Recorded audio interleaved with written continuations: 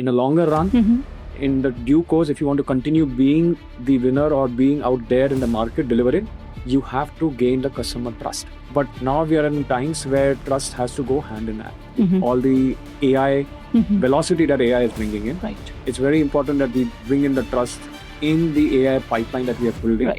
So it's a funny world. It's a very funny one and twisted world that we are in. Rather than showing the value proposition on the CISO team, show the value proposition on the revenue side, show the value proposition on the delivery side, show the value proposition on the product side. Important fundamental thing we miss is a human empathy.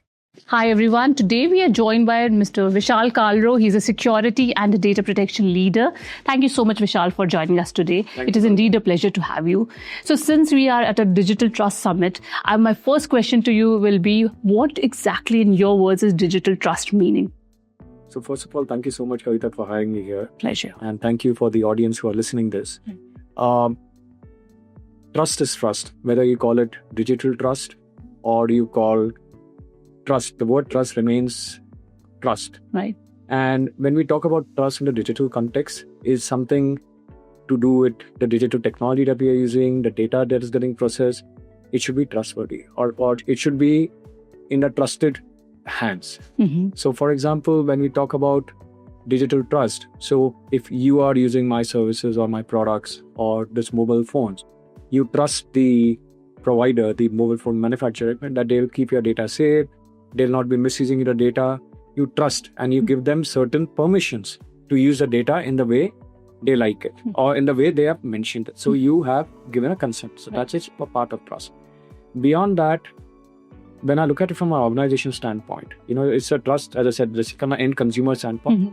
But when you look at it from an organization standpoint, organizations are using AI, in the AI era, to scale their products or to bring in more efficiencies, to build new capabilities, and they're selling those AI-based capabilities, AI-first products. Now, toys are also AI-based toys. Absolutely, yes. There's a lot of things out there. Right. And imagine if your child is playing with an AI toy. Right. You don't want that toy to, teach your child something different, something wrong. Right. You don't want that toy to video shoot your child or capture something sensitive. Right. So that's the trust that you want to build in that toy. Right. So trust becomes super critical. So the way I would put it for organizations is that yes, you need to work on functionality, you need to work on demonstrating additional value and all of that. That will take you to the market. It will be the first stepping stone, but it will not be a differentiator. In a longer run, in the due course, if you want to continue being the winner or being out there in the market delivering, you have to gain the customer trust. That's where the digital trust comes in. And how far you think we have reached, or where are we in that journey, if I may ask so? So we are progressing well, I would put it that way. Okay. It's always a cat and mouse game. Who's leading? Is it the functionality who takes the lead or trust goes hand in hand? I would say the best way forward would be to go for the trust to go hand in hand. Usually always technology takes the first leap. Yes, right. Then the trust, safety, security, everything comes in. Right. But now we are in times where trust has to go hand in hand. All the AI velocity that AI is bringing in, it's very important that we bring in the trust in the AI pipeline that we are building. Right. Like concurrently, if I may say. Concurrently, hand in hand. Because it will be a lot of overhead to reimagine, rebuild, unpackage the AI product. It's not like a software package that you reverse engineer. Reverse engineering AI for privacy or security reasons, it's not going to be easy. It's a Herculean task, if I may say. Okay. So it's better to that we go hand in hand, make sure that we train the model on a trusted set of data with proper consents and all of those things in place. Make sure that you store the data or when the model generates the data, it's so securely, doesn't, learn from the PII data, doesn't intake PII data.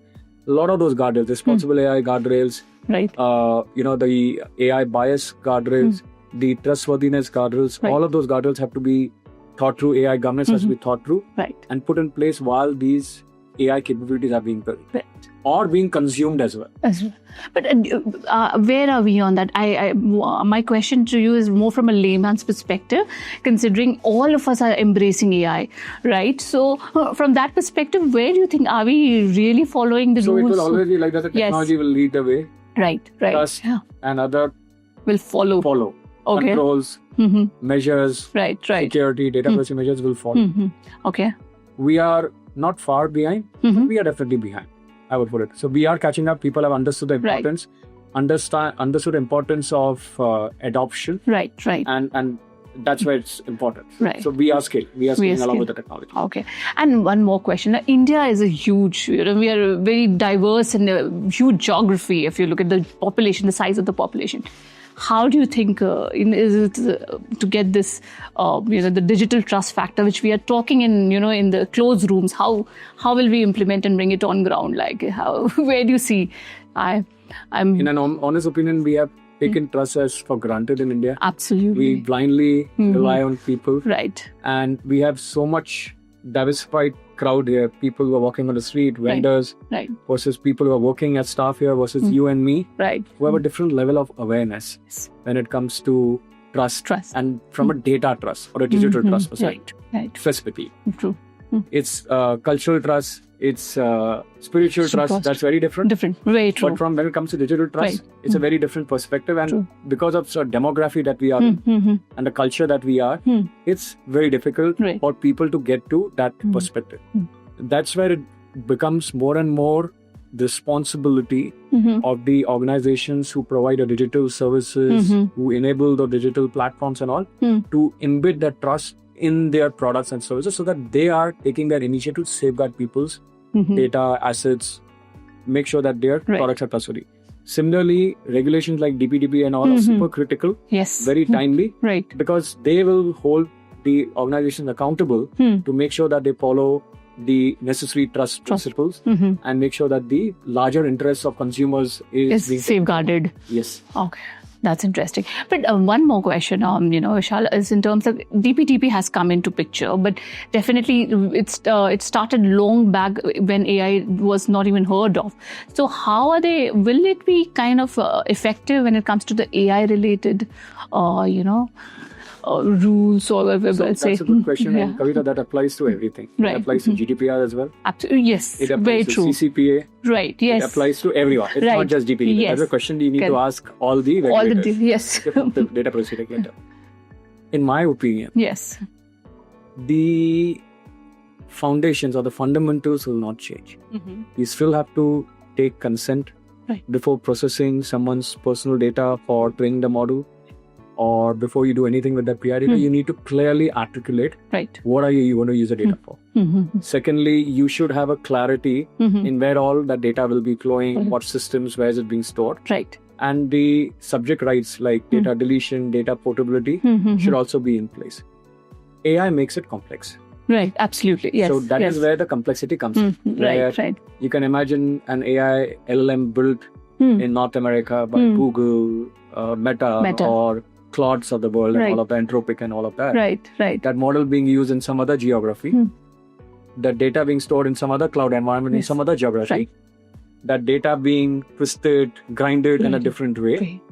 Someone else using prompts from some other geography to extract meaningful information. And if something else comes out of it and a PI data by mistake gets leaked in some other part of the world region, where you're not supposed embargo countries and all that. So it's a funny world. It's a very funny one and twisted world that we are in. Right. Where the obligations remain the same. The regulatory compliance obligations remain the same. But how we deal with them has to be thought through. Right.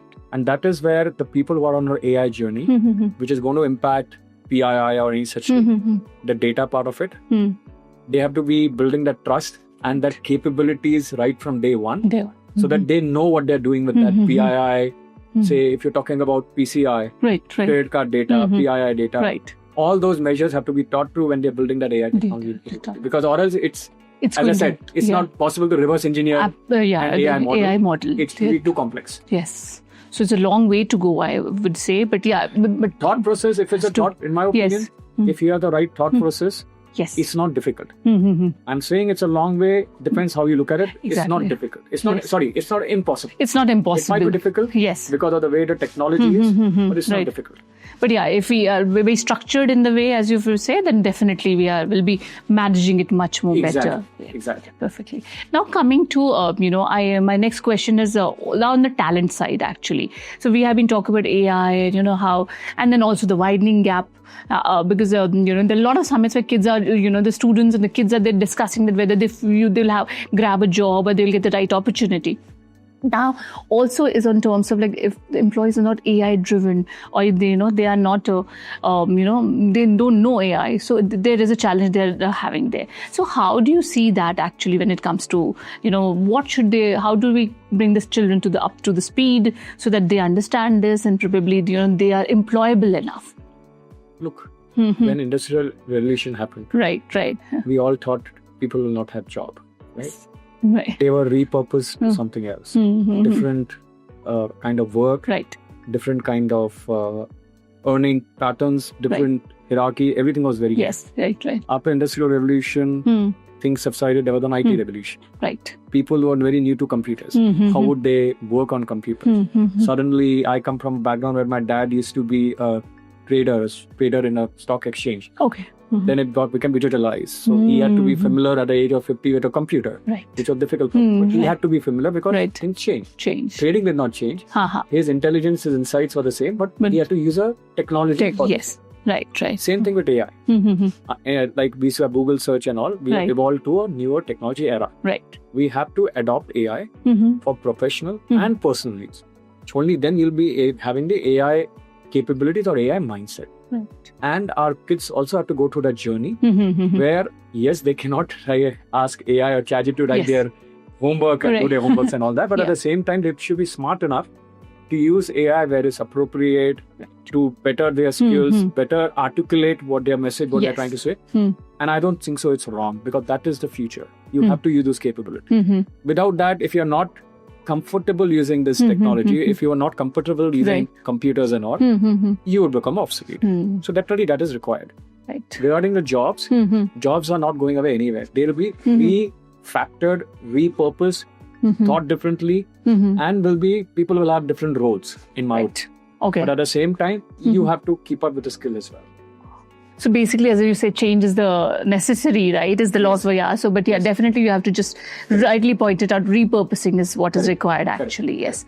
Now also, Vishal, I wanted to just touch upon there are a lot of companies, in terms of CISOs, they are very pressurized jobs, so to speak, right? Yeah, they're always under the, the sword, if I may say so. So sometimes they have a tightened pressure from the senior management in terms of how to manage the teams, in terms, the downsizing the team, the pressure is increasing, but from the business value perspective, they always have to, kind of fight this battle. So in your view, what is the way a CISO can contribute when it comes to the business value rather than just being, more of a, I will say, liability kind of, just like a tick mark, like a security team. And the companies don't perceive them as a great asset to have, honestly speaking. Agreed. Right? No, that is true. Yeah. So CISOs still come under the enablement function. Yeah. We are not the breadwinners. Yes. We are, the CISOs are not the salespeople. Right. So the rewards and all are not directly tied to engineering teams. It's an enablement. Right. Yes. And when I say enablement, we are truly enabling. That is how as we see it. And, as we mature in our regulations and all of that, I hope the regulators see and don't fault CISOs and DPOs for any eventuality. Okay. Because, it's very unfair to call a particular role or a person sitting on that role that you are responsible. Right. It has been happening. Exactly. He or she may have put in a lot of effort, just like person, right? This person might be performing better, that person doesn't perform. There's a performance rating, performance criteria. Your company evaluates you. Basis that you get your perks, everything. You are not performing, you are asked to leave. Yes. A lot of those things are already in place. Right. I think he should or she should be treated as an employee, not as a person who should take the bullet in the head. Because that creates unnecessary pressure and stress on the CISO to do everything and anything and in a thankless way. That is one aspect. Right. So that's the message I would say if that could change, Yes. Okay. many CISOs and DPOs will appreciate and will be able to work freely Right. and would love to take up the job. What I've been hearing of lately, Right. everyone wants to be CISO -1 of lately.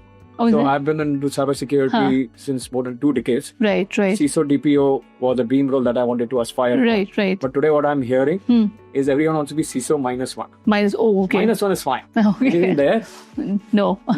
And it's just because of the mounting pressure. Mounting pressure, technology changes. You're not right. alone responsible. So there comes the fun part. Where, in my opinion, again, it requires empowerment from the overall organization, from the CEO and other board members.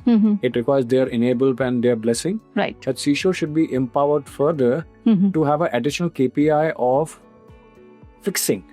Okay. Not owning it, but fixing it. Okay. The CISO doesn't own the vulnerability. Right. He discovers or she discovers, Right. finds the compliance gap, blah, blah, blah. Someone else who owns that product, asset, data has to fix it. We go and one more step further as a proof partner, help them with the help of AI, not only to discover faster, Right. but fix faster as well. So fix first mindset. How I can fix. The mindset of CISOs should change. How I can fix. If you are able to get to that mindset, if you are able to say you are coming from a delivery function, you are either working on a product or you're delivering services or whatever, or you're a healthcare professional. Right. You have a committed timelines to attend to a patient. You're techno-cum Yes. client interaction. Right. Right. So your focus is functionality, your customers, your patients, and all that big priority, which we all understand. Security cannot be neglected. You also understand. Right. But unfortunately, you don't get the time. That's where if CISO can step in with the help of AI, put some auto remediation, immediate fixes, with a fixed first mindset, it can take away a lot of load from the end person who's owning it. And this can be done with the help of trust. You start with a smaller workload, Right. show that capability, show that trust, go building on it. That's how we go. Okay. And then the other part is, if you start doing this one, people on the receiving end will be happy. Second is, imagine as a consultant, if you are billable for 200 hours. Right. And out of that, say 4 hours you spend in fixing security problems. 4 into, say, your entire security, you have a big product, security entire product takes 40 to maybe 100, sometimes 100 hours. Right. Right. Right. So you're easily blown up Right. $4, 4 hours. So approximately around $8 Right. into whatever that Yes. multiplication Yes. is, right? Right. So Right. at least you have spent a good client, or say 100 into 200. Right. That is close to what? $20,000 Dollars. Yes. of money that you could have got back, or if you're working on delivery. You would have. Instead of that, if CISO is empowered, given the capability, then CISO builds the AI-based capability, the right token size and all, that cost can be brought down to just $1,500. Right. So yes, there's token cost, there are additional overheads CISO will have to pay. Right. But then it will save effort, faster delivery, Right. plus that person will be able to deliver more and get more Efficiency revenue. will be Efficiency will be higher, will be able to be more chargeable, Right. will be able to get more revenue for the company. Right. So the revenue, the top line goes, not the bottom line. Bottom So line. not top line. Top. Right. And Yes. again, my caveat there is, don't look at it, say, sometimes we have been, or CISOs have been questioned that, AI has to be a saving for the CISO function as well. Yes. How many analysts can you reduce? How much workload has come? Yes. I would say reverse it. Rather than showing the value proposition on the CISO team, Right. show the value proposition on the revenue side. Right. Show the value proposition on the delivery side. Show the value proposition on the Right. product side. That is the actual measurable top line growth. If you start focusing on enable function at the bottom line, Right. Right. Right. it's not worth it. Not worth it. I would right. rather have my trusted team continue as it without downsizing to Yes. innovate, research and grow. Right. AI, now content and other things. Yes. I cannot function without T. Then again, we'll be hustling that, okay, AI is settled, content come in, get Yes. higher talent. Right. So that's not how it has to be seen. So that Correct. is how CISOs also need to change their perspective of how they can work with this mindset, Right. help business see the top line growth, Right. market differentiating, enabling revenue growth, Right. and then move forward. Move forward. That's a very interesting way to contribute, right, to the larger picture, and the board can see a lot of value coming from it. Yeah? Exactly. Which I don't think so. CISO, because of the tremendous pressure, I guess. I feel for all of the community. Yes. They are in the tremendous pressure of the business as usual. And they're so contained in their own, to manage their own team and the challenges. So I think, somewhere they are in the daily routines, they are more stuck up and they don't see the wider That's picture. Where, one important fundamental thing we miss is a human empathy. Yes. Very often we work in our silos, be it delivery teams, Right. CISO, I feel if we are able to spread that awareness that Yes. whatever an enablement function does, CISO does or DQO does, is for their good. How it add values to an individual's growth. So while you're a software developer, Right. you're amazing at what you do. Right. If you add security to it, data privacy measures you take, right, when you're building the product and all. Right. Imagine how it looks on your LinkedIn profile. Imagine how your customers will appreciate. So that brings in your own brand in making, Okay. also helps the organization as a whole. So that is the mindset that CISO should help the organization, the employees, the teams across to build that mindset. Yeah. So there's a lot that CISOs can do actually if we look at Beyond the regular one. Beyond the regular, which normally the forums cover, the regular challenges, the regular breaches in the data attacks and all that. So I mean ransomwares actually. Perfect. That thank you so much. It was really a pleasure and very insightful to discuss with you. And looking forward to more detailed discussions in future. Thank you so much. Thanks a lot. Yeah. Pleasure.